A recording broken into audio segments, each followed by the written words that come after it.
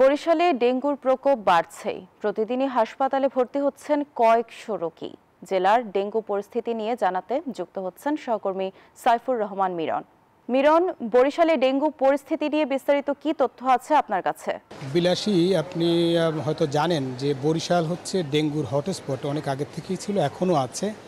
আজকে আমরা Barishal Sherebangla medical college হাসপাতালে আছি। গত 24 ঘন্টায় এই হাসপাতালে 100 জন রোগী কিন্তু বিভিন্ন ওয়ার্ডে, মেডিসিন ওয়ার্ড সহ বিভিন্ন ওয়ার্ডে চিকিৎসা নিচ্ছে।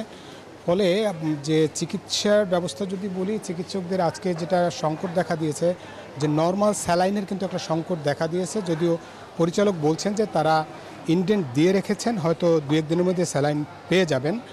এছাড়া যদি আরেকটা চিত্র বলি, যে অন্য যে সাধারণ রোগী তাদের সঙ্গেই কিন্তু ডেঙ্গু রোগীদের চিকিৎসা দেওয়া হচ্ছে।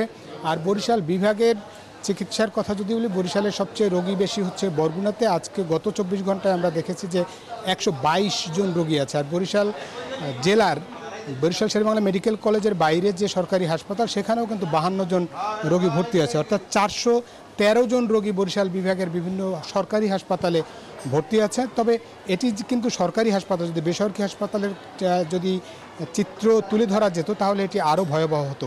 আমরা দেখেছি যে একাধিকবার আক্রান্ত হয়েছে এমন রোগীও কিন্তু হাসপাতালে ভর্তি হয়েছে। 2বার বামনা থেকে এক রোগী এসেছেন, তিনি দ্বিতীয়বার আক্রান্ত হওয়ার পর ভর্তি হয়েছেন। তারা শঙ্কিত হয়ে পড়ছেন এবং যদিও তাদেরকে চিকিৎসকরা বলছেন শঙ্কিত হবার কোনো কারণ নেই। এটার মূল চিকিৎসা হচ্ছে স্যালাইন। যদিও স্যালাইনের সংকট রয়েছে, তবে চিকিৎসকরা বলছেন যে এর যদি সতর্ক থাকা যায় আর এডিস মশার যে উৎপত্তি স্থল সেগুলো ধ্বংস করা গেলে ডেঙ্গু নিয়ে যে দুশ্চিন্তা সেটি দূর হওয়া সম্ভব। তবে এদের এই এডিস মশার যে নিধন করার যে পরিকল্পনা, সেটি কিন্তু খুব একটা লক্ষ্য করা যাচ্ছে না।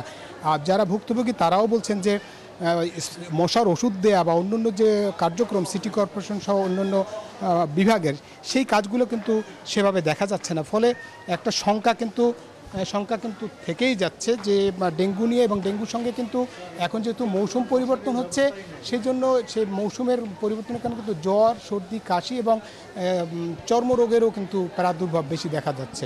এই ছিল বরিশাল শেরেবাংলা মেডিকেল কলেজ হাসপাতাল থেকে আমার কাছে ডেঙ্গু এবং অন্যান্য রোগের সবশেষ তথ্য।